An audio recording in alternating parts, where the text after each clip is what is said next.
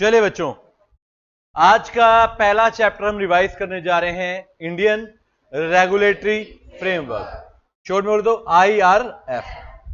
देखिए अपना साथ साथ थोड़ी चर्चा भी करते हैं कि चैप्टर कितना इंपॉर्टेंट है, किसमें से कितने क्वेश्चन आने की संभावना है, एक, और कितने नंबर का, 5 या 6। बट प्राइमा फेसी देखे तो उतने एफर्ट नहीं है। मतलब आपने एक बार ऑलरेडी चैप्टर पढ़ रखा है, एक बार आज आप पढ़ लेंगे ना, चाहे आप पेपर के दिन नहीं पढ़ के जाएंगे, मतलब पढ़ना है वैसे आपने, बट बता रहा हूं फिर भी काम हो जाएगा। तो 6 नंबर की तैयारी करते हैं, स्टार्ट करते हैं। सबसे पहले जय श्री राम जय माता। बच्चों पहले बात करते हैं लो। आखिर लो होता क्या है? लो होते हैं हमारे set of obligation and duty frame by government, and government means central government, state government, local authority. अपनी बुक में अगर आपने पॉइंट्स नोट नहीं कर रखे तो अब कर लीजिए, अगर पहले नहीं कर रखे तो साथ साथ। इंडिया का लीगल फ्रेमवर्क कहता है social, political, economical, culture aspect हमारे सारे लॉ में कवर होने चाहिए। देखिए हम लॉ में, आप देखिए हमारा कॉन्स्टिट्यूशन देखेंगे, सिलेबस में नहीं है, जस्ट बताया तो कॉन्स्टिट्यूशन कहीं भेदभाव नहीं करता, ना रिलीजन पे, ना जेंडर पे, ना कास्टिज्म पे, ना कलर पे, subject to exception that is reservation, normally वो नहीं करता। Definition of law, a body of rules developed and enforced by state in the administration of justice. What do you mean by state? Government. क्या है? Government. Importance of law. Law क्यों चाहिए? पहली बात, अब इस मैंडेटरी को हाईलाइट करेंगे। लॉ मैंडेटरी मुझे चाहिए ताकि मैं लोगों के कंडक्ट को चेक कर सकूं और उनके वोलेशन को पनिश कर सकूं। देखिए लॉ का पालन पता क्या होता है, ये नहीं कि करना है, मेरा पर्सनल मान है लॉ का पालन इसलिए करना है क्योंकि ना करने पे पनिशमेंट या फाइन है। अगर रेड लाइट क्रॉस करने पे खाली डांट पड़े और फाइन ना लगे, हेलमेट ना डालने पे खाली डांट पड़े और चलान ना लगे, तो आप डालोगे? डांट तो सुबह से शाम तक खा रहे हैं, क्या ही फर्क पड़ता है? समझ रहे बात को?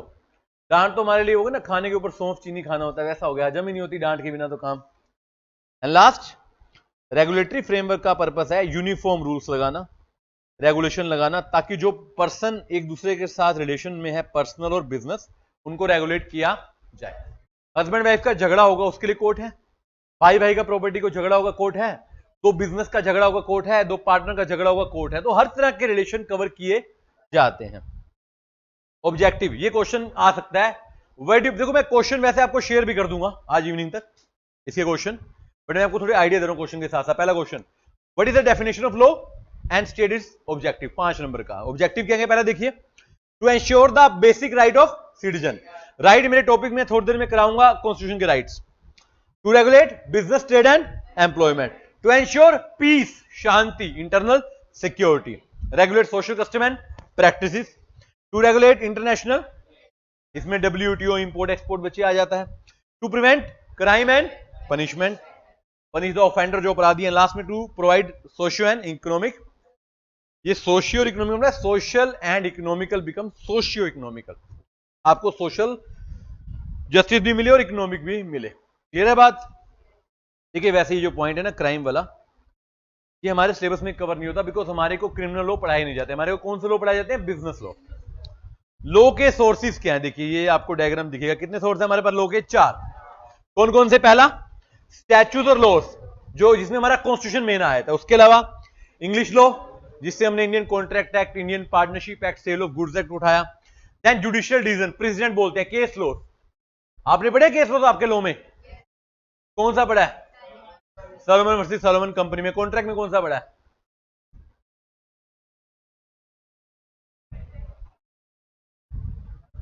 चलो कॉन्ट्रैक्ट के टाइम इसकी चर्चा करेंगे। सॉलोमन वर्सेस सॉलोमन याद है?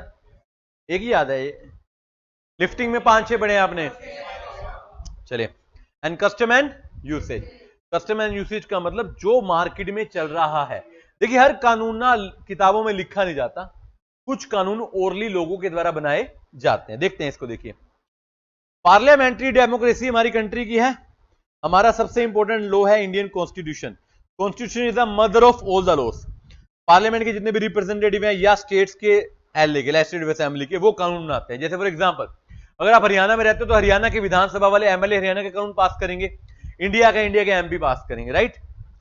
एप्लीकेबिलिटी, पार्लियामेंट का लॉ जो होता है पूरे देश में लगता है और स्टेट का लॉ आपकी स्टेट की बाउंड्री में लगता है। ये कुछ इंडियन कॉन्स्टिट्यूशन के माइलस्टोन्स हैं। देखिए डेटा बेस्ड है, इसमें याद तो आपको करना पड़ेगा, बच्चों को पता है कि सर डेटा याद करना पड़ेगा, जितना कर सको बढ़िया है। 1935 में गवर्नमेंट ऑफ इंडिया एक्ट पास किया गया पार्लियामेंट ऑफ यूके के द्वारा। यूके के द्वारा क्यों? क्योंकि उस समय इंडिया आजाद नहीं हुआ था। इसने गवर्नमेंट को यूनिटी से फेडरल कर दिया। फेडरल क्या है? Distribution of power between two state and centre. 1937 में फेडरल कोड बनाया गया, जो एपिलेट भी था, ओरिजिनल भी था, एडवाइजरी भी था। याद है ये बातें? ओरिजिनल मतलब जिसमें आप केस फाइल करेंगे, एडवाइजरी जो आपको सलाह देगा, एपिलेट जिसके फैसले के अगेंस्ट आप अपील कर पाएंगे। एपिलेट जुरिस्डिक्शन की पावर सिविल और क्रिमिनल दोनों में दी गई। एडमिनिस्ट्रेटिव की फेडरल कोड में जो गवर्नर जनरल को दी गई, और 12 साल तक हमारा ये कोड चला बच्चों, इंपॉर्टेंट है। और 151 केसेस इसने देखे, हैंडल किए। बाद में इस फेडरल कोड को चेंज कर दिया गया सुप्रीम कोर्ट ऑफ इंडिया। सुन रखा होगा, हर देश का एपेक्स कोड होता है, हाईएस्ट बॉडी होती है कोर्ट की, हमारी कौन सी है? Supreme court. देन 1950 में हमारा कॉन्स्टिट्यूशन आ गया, फॉरमोस्ट लॉ है जो डेमोक्रेटिक सिस्टम पे काम करता है, for the people, by the people, with the people, right.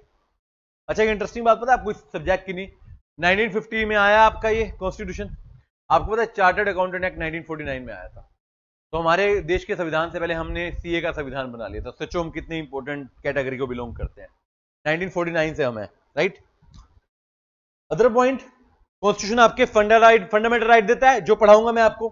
Fundamental duty देता है, ड्यूटी आपके सिस्टम आपके सिलेबस में नहीं है। और ये हाइब्रिड है। हाइब्रिड का मतलब मिक्स। जिन्होंने कॉन्स्टिट्यूशन लिखा उन्होंने पावर को दो पार्ट में बांटा, सेंटर और स्टेट में। इसकी लिस्ट मैंने बताई थी वैसे आपको, इसका मैंने बनाया था चार्ट, मुझे याद है। 3 तरह की लिस्ट होती है, सेंटर, स्टेट और कॉन्करेंट। सेंट्रल लिस्ट में खाली कौन बनाता है? Central government. For example income tax act, companies act. State list में कौन बनाता है कानून? State government. For example agriculture के कानून।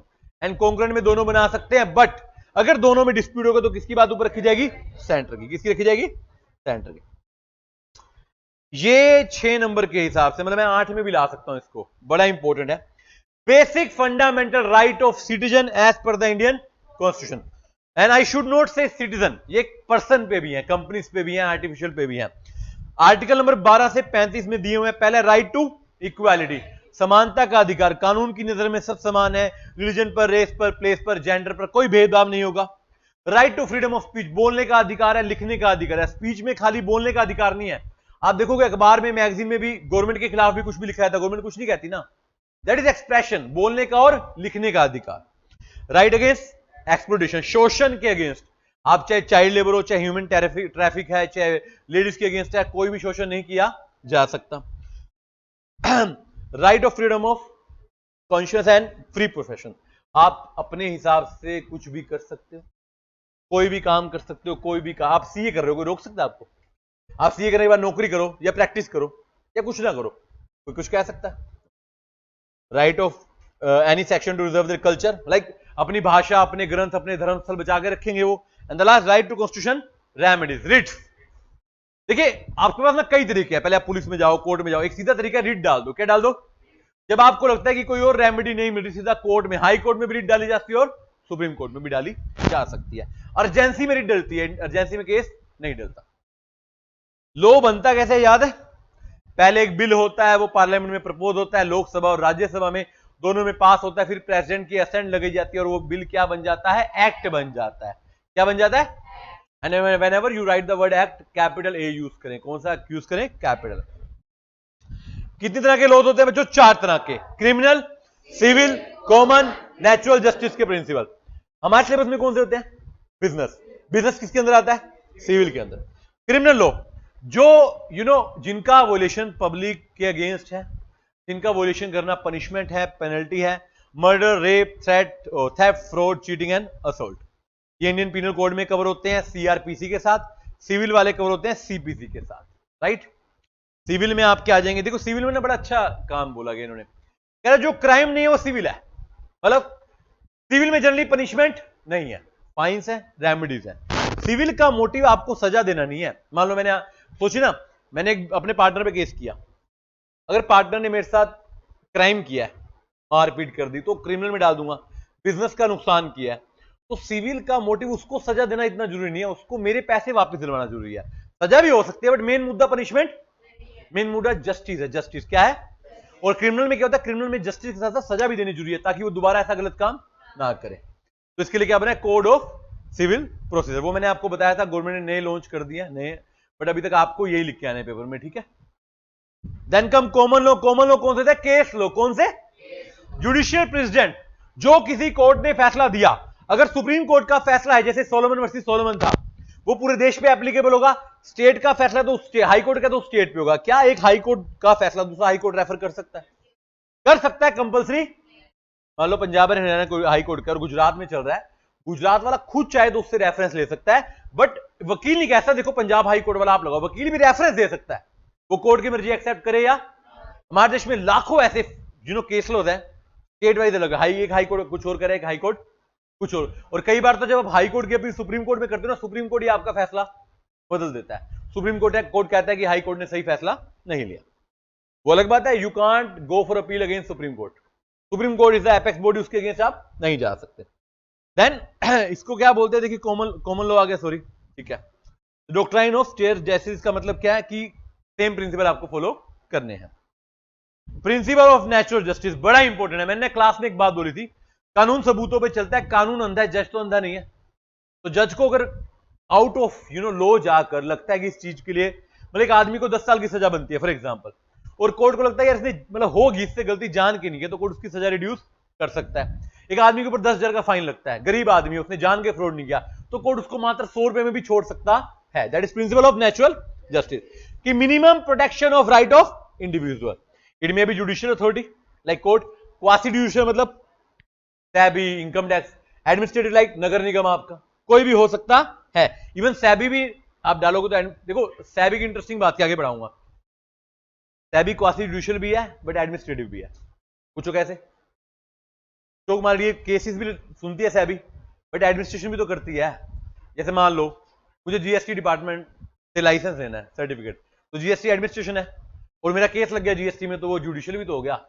बट क्योंकि वो कोर्ट नहीं है, उसको हम जुडिशियल नहीं बोलेंगे, क्या बोलेंगे? Quasi judicial. क्या बोलेंगे? Just natural. ये 4 वर्ड आपको बोले थे, याद है आपको? 2 वर्ड और उनके ऑब्जेक्टिव। पहला क्या है? नेमो जुडेक्स इन कोसा सुआ, no one should be made a जज इन ओन केस। आप अपना फैसला खुद नहीं ले सकते, तो आप अपने अगेंस्ट तो कभी जाओगे नहीं।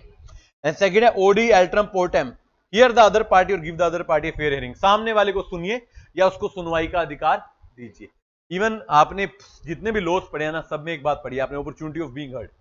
इवन जज साहब जब फैसला सुनाते हैं ना, एक बार वो पूछते हैं कि आप अपनी सफाई में कुछ कहना चाहते हैं या अपने डिफेंस में कुछ करना चाहते हैं। इवन हमारा कानून कहता है कि किसी के पास अगर डिफेंस के लिए वकील नहीं है तो उसको पब्लिक प्रोसिक्यूटर, सरकारी वकील दिया जाए, और सरकारी वकील वो नहीं लेना चाहता, खुद लड़ना चाहता, उसको खुद भी अलाउ हम कर देते हैं एक्सेप्शन सर्कमस्टांसेस में। हर एक को अपना केस लड़ने का अधिकार है, बात रखने का अधिकार है। क्लियर बात? 4 बातें होगी, civil law, criminal law, common law and principle of natural justice. Then enforcement कौन कराता है? देखिए लॉ जब एक्ट बन जाता है तो या तो स्टेट में चल जाता है या सेंटर में। अब गवर्नमेंट की मिनिस्ट्रीज हैं, 58 मिनिस्ट्री हैं यूनियन में और 93 डिपार्टमेंट है इंडिया में। स्टेट की मिनिस्ट्री अलग अलग होती है, वो हम डिस्कस नहीं करेंगे। कुछ इंपोर्टेंट है इसमें, ministry of finance, corporate affair, home affair, law and justice, ये सारी अभी हम पढ़ेंगे, राइट। मिनिस्ट्री क्या होता है? मिनिस्ट्री क्या होता है बच्चे? मिनिस्ट्री का मतलब होता है जब आप मिनिस्ट्री के थ्रू काम करते हैं, ये सरकारी कर्मचारी हैं, सिविल सर्वेंट हैं, ये आपके, इसमें आपके कैबिनेट मिनिस्टर होते हैं जो हेड होते हैं, और एक होते हैं मिनिस्टर ऑफ स्टेट जो उनके नीचे होते हैं। एग्जांपल इनकम टैक्स एक्ट है, इसके लिए सीबीडीटी बनाया गया मिनिस्ट्री ऑफ रेवेन्यू में। देखिए हमें ये 7 चीजें पढ़नी है बस। कितनी है? नाम पढ़ेंगे एक बार, ministry of finance, ministry of corporate affairs, ministry of law and SEBI, RBI, IBP. Ministry of finance वित्त मंत्रालय, भारत की ट्रेजरी, भारत का खजांची, सारा पैसा यहीं पर होता है। ये capital market, income tax, GST सबको करते हैं रेगुलेट। इंडिया की रिवेन्यू सर्विस वाले लोग इसमें आते हैं, आईआरएस ऑडिट वाले आते हैं, यानी कि सीए लोग जो ऑडिट करेंगे, इकोनॉमिक सर्विस आती है, और सिविल सर्वेंट यूपीएससी वाले सारे इसके अंदर आते हैं, राइट। इसके लिए अथॉरिटी है Indian cost and management account services. ये पेपर अगर एमसीक्यू होता ना तो इस चैप्टर में बड़ा स्कोप है एमसीक्यू बनाने का, हर टॉपिक ये एमसीक्यू है, बट यहां पर आपके साथ ऐसा नहीं है। मिनिस्ट्री का एक काम जो आम जनता को समझ आता है वो होता है बजट पेश करना। क्या पेश करना बच्चे?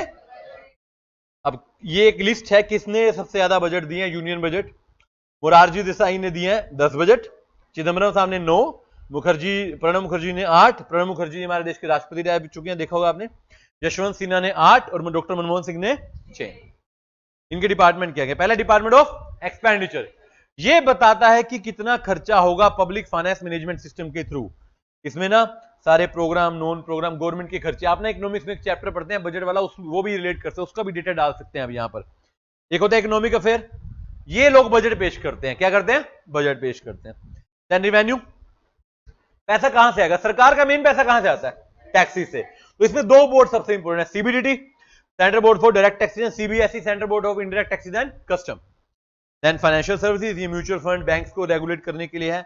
इन्वेस्टमेंट में ये फुल फॉर्म देख लेना, लिखोगे तो ज्यादा अच्छा रहेगा, department of investment and public asset management, DIPAM बोलते हैं इसको हम।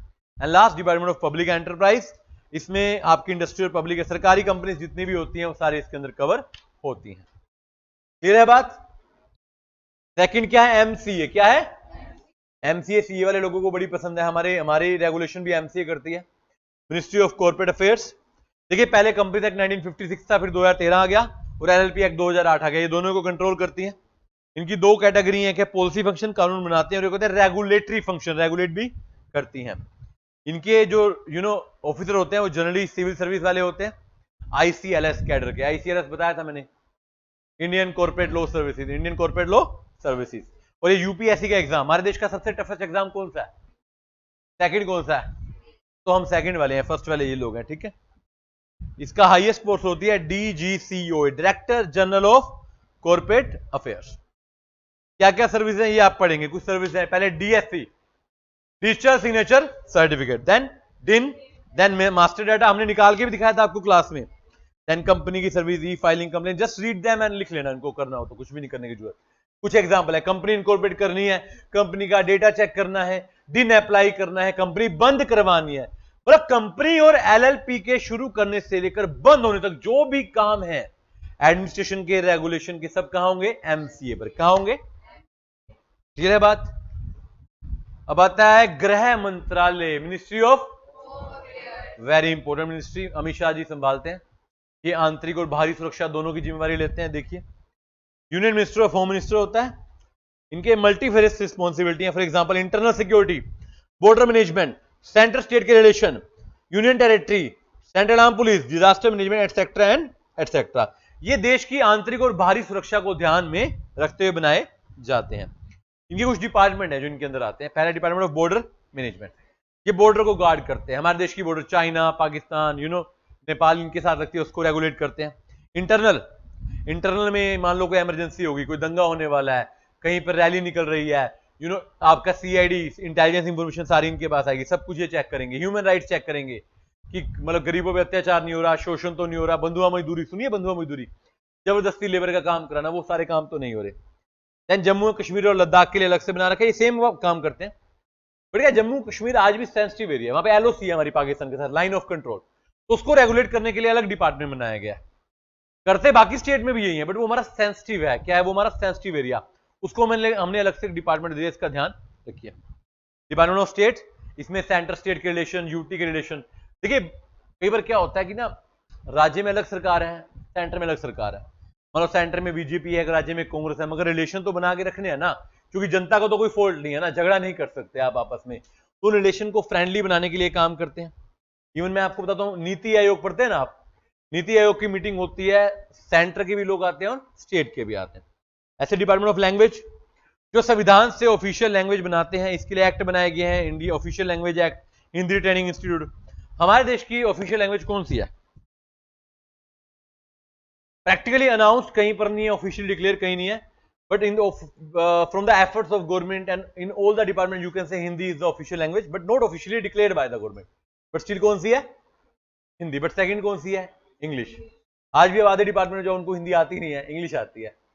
इनकम टैक्स नोटिस हिंदी में निकालता है, इंग्लिश में निकालता है, इंग्लिश में निकालता है, बट है Hindi, right. And department of home, इसमें प्रेसिडेंट, वाइस प्रेसिडेंट होते हैं, प्राइम मिनिस्टर साहब होते हैं, मंत्री होते हैं, सब मिलकर मेन शांति व्यवस्था के लिए डिपार्टमेंट बनाकर चलते हैं। तो दिस इज योर गृह मंत्रालय। कौन सा बच्चे? गृह। इस चैप्टर की एक खासियत है, कोई पॉइंट मिस हो गया तो आप लिख सकते, क्योंकि सेक्शन तो हमने पढ़ा नहीं, प्रोविजन तो पढ़ा नहीं कि मैं चेंज नहीं कर सकता, इसको आप मॉडिफाई कर सकते हो। लॉ एंड जस्टिस, न्याय वाला मंत्रालय, ये इसमें ना डिपार्टमेंट ऑफ लीगल अफेयर और डिपार्टमेंट ऑफ जस्टिस दो डिपार्टमेंट आते हैं। इनका काम है मिनिस्ट्री को एडवाइस करना लीगल अफेयर पर और कानून बनाना। ये कानून बनाकर देते हैं, पास कोई भी मिनिस्ट्री करे, बनाकर कौन देता है? ये देते हैं। इसके ना कुछ माइलस्टोन है इसके भी। 1833 में ब्रिटिश पार्लियामेंट में पास हुआ था गवर्नर जनरल के द्वारा।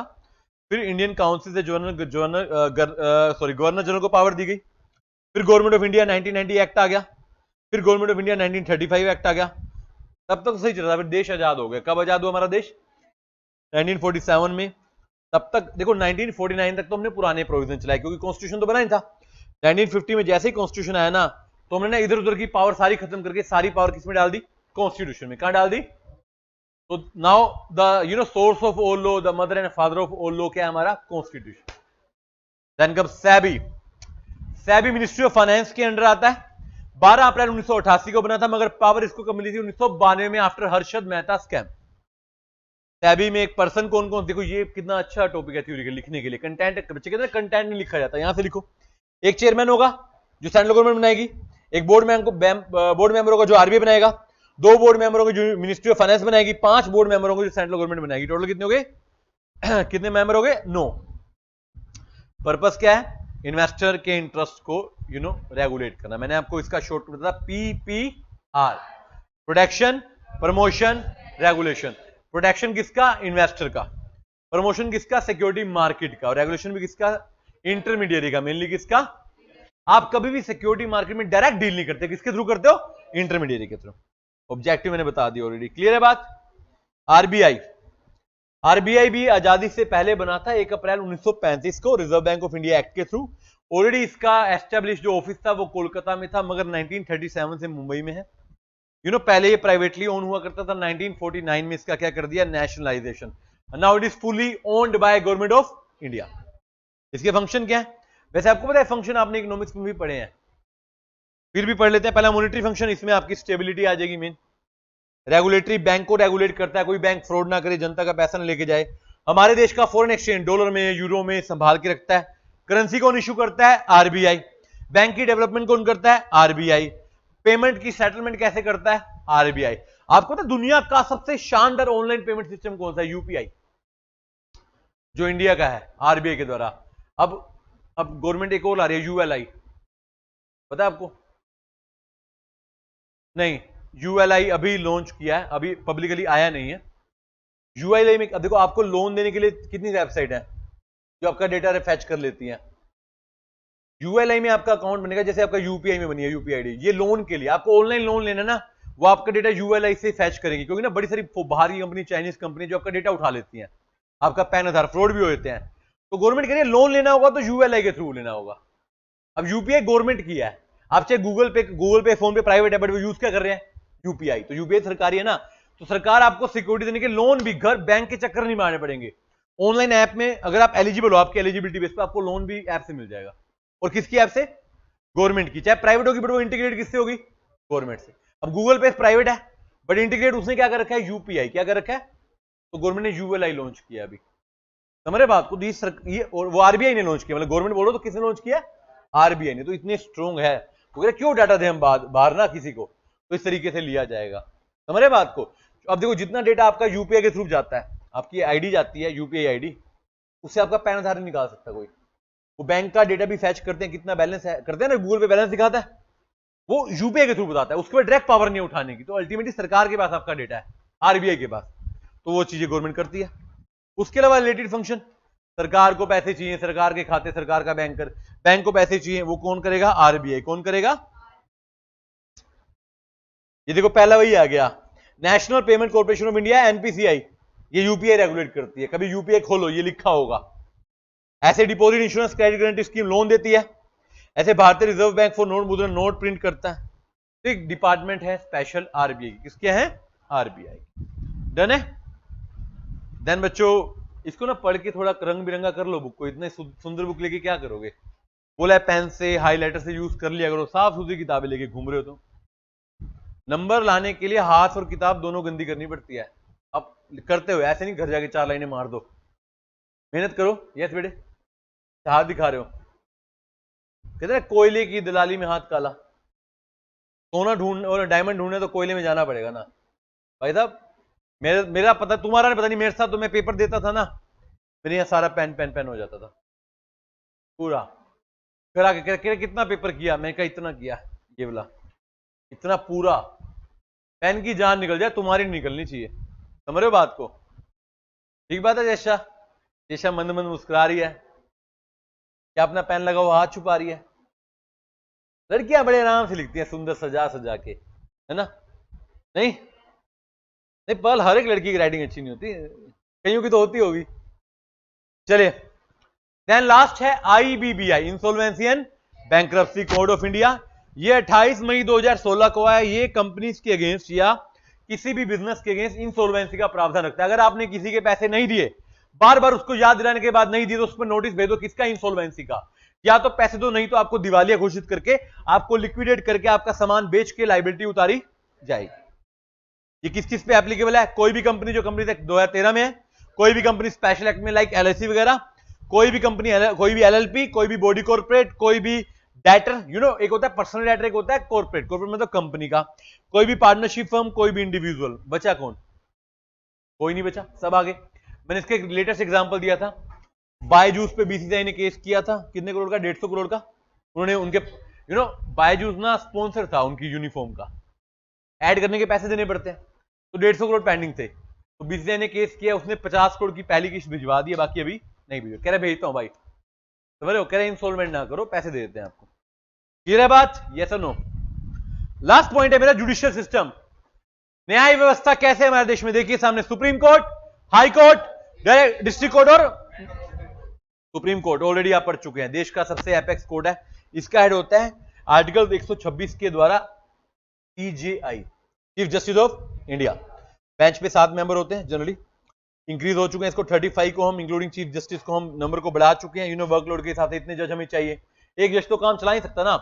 सुप्रीम कोर्ट में अलग अलग बेंचेस हैं, एक टाइम पे कितने केस चलाने पड़ते हैं, तभी पूरे नहीं हो पाते हमारे देश में। सोच के चलें इस बात को। बेंच का मतलब ये वाला बेंच नहीं होता, बेंच का मतलब एक कोर्ट है, उसमें जज बैठे हुए हैं, दैट इज बेंच, जो सामने अथॉरिटी बैठी है। और आप रीट पिटीशन डाल सकते हो आर्टिकल नंबर 32 में, राइट? और सुप्रीम कोर्ट के सारे फैसले हर एक हाई कोर्ट को मानने पड़ देंगे। ऐसे हाई कोर्ट है, हाई कोर्ट हर स्टेट का अलग होता है। कुछ स्टेट हैं जहां पे इकट्ठे भी, जैसे पंजाब एंड हरियाणा, वो मैंने नाम लिखवाए थे आपको। 25 हाई कोर्ट है, और हाई कोर्ट में आप आर्टिकल नंबर 226 के तहत रीट डाल सकते हो। और सबसे पुराना हाई कोर्ट कौन सा है? कैलकाटा, 1862 का। डिस्ट्रिक्ट कोर्ट हर डिस्ट्रिक्ट के हिसाब से होते हैं। District court generally civil matter को करता है, सिविल मैटर को करता है, पेक्यूनरी मैटर को करता है, और क्रिमिनल के लिए उसने कोर्ट ऑफ सेशन बना रखा होता है। कौन सा बना रखा होता है? कोर्ट ऑफ, होते इकट्ठे से हमारे कोर्ट में इकट्ठा ही है, अलग अलग वो बने हुए हैं। यहाँ कोर्ट ऑफ सेशन है क्राइम के लिए, क्राइम के केस के लिए, और यहाँ कोर्ट ऑफ डिस्ट्रिक्ट है। पेक्यूनरी जुरिस्डिक्शन होती है, जुरिस्डिक्शन का मतलब पावर। देखिए पावर दो तरीके से होती है, बच्चे का ना सवाल होता है जुरिस्डिक्शन। एक होती है बाउंड्री वाली जुरिस्डिक्शन, कि मेरे शहर में यहां तक का एरिया कवर होगा। एक होता है लिमिट वाली, मान लो आपका शहर पूरा कवर होगा, मान लो मेरी लिमिट 2 लाख की है, कितने की है? तो 2 लाख के ऊपर केस में ले ही नहीं पाऊंगा, चाहे आप मेरे शहर से भी क्यों ना हो। तो हर एक की डिस्ट्रिक्ट की लिमिट होती है। और उसके बाद है मेट्रोपोलियन, मेट्रोपोलियन वहां पे आता है जहां 10 लाख या उससे ज्यादा की पॉपुलेशन होती है, और इसका जस्टिस होता है चीफ मेट्रोपॉलिटन मैजिस्ट्रेट, या फिर मैजिस्ट्रेट ऑफ फर्स्ट क्लास। इसको हम सीजेएम बोलते हैं, हमारे शहर में है सीजेएम, आप देखोगे हमारे यहाँ पे सीजेएम है। तो दिस इज योर चैप्टर, जो कि क्या होता है? समाप्त। देखो कोई खास मेहनत नहीं है इस चैप्टर में। आप कह सकते हो सर मेहनत है, मेहनत तो बच्चे हर चीज में है, मोबाइल उठा के भी चलाना पड़ता है, अपने आप नहीं चलता। बट 6 नंबर पक्के होते हैं। कितने नंबर पक्के होते हैं? इसको अच्छे से पढ़ेंगे, टॉपिक को यहीं पे करते हैं समाप्त। जय श्री राम, जय माता दी।